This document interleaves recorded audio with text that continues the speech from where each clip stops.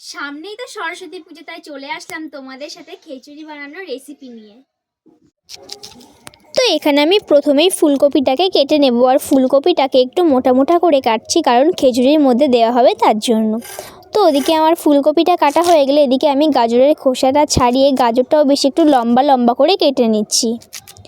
আর গাজর কাটা হয়ে গেলে তারপরে আমি এখানে মটরশুঁটিগুলোকেও ছাড়িয়ে নেব। আর মটরশুঁটি ছাড়ানো হয়ে গেলে এদিকে আমি আলুটাও কেটে নিচ্ছি। আর আলুটা একটু মোটা মোটা করেই কেটে নিচ্ছি। আর তারপরে এখানে আমি বরবটিটাকেও কেটে নিচ্ছি। আর খিচুড়িতে যত সবজি দিতে পারবে তত টেস্টি হবে খিচুড়ি। তো এদিকে আমার বরবটি কাটা হয়ে গেলে এদিকে আমি কুমড়োটাকেও কেটে নিচ্ছি। আর আজকে আমার এই ছোট্ট রান্নাঘরটা তোমাদেরকে দেখাবো।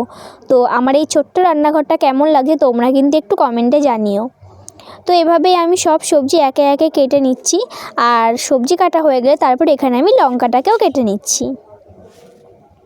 আর লঙ্কা কাটা হয়ে গেলে তারপরে এখানে আমি উনুনটা ধরিয়ে দিয়েছি।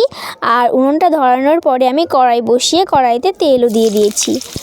আর তেল গরম হয়ে গেলে তারপরে আমি এখানে একে একে ফুলকপি, গাজর আর বরবটি এগুলো দিয়ে ভাজা করে নেব। আর ভাজা করার সময় আমি একটু উপর থেকে নুন আর একটু হলুদ দিয়ে দেব।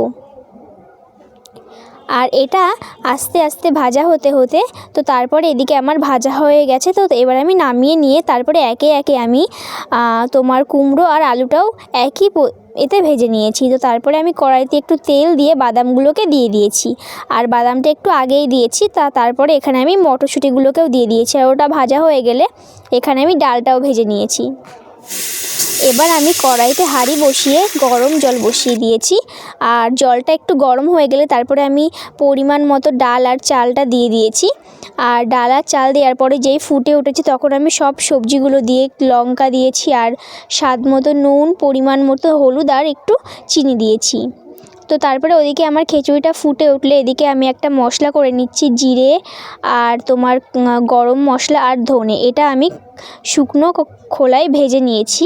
আর ভেজে নেওয়ার পরে ওটা আমি তুলে নিয়েছি। আর কড়াইতে আমি তেল দিয়ে তেজপাতা, শুকনো লঙ্কা আর পাঁচফোড়ন দিয়ে আদা বাটা আর জিরে বাটা দিয়ে দিয়েছি। তো তারপরে আমি যেই মশলাটাকে কষিয়ে রেখেছিলাম সেটা আমি খিচুড়ির মধ্যে দিয়ে তারপরে উপর থেকে একটু ঘি আর যেই ভাজা মশলাটা করে রেখেছিলাম সেটা দিয়ে নামিয়ে নেব।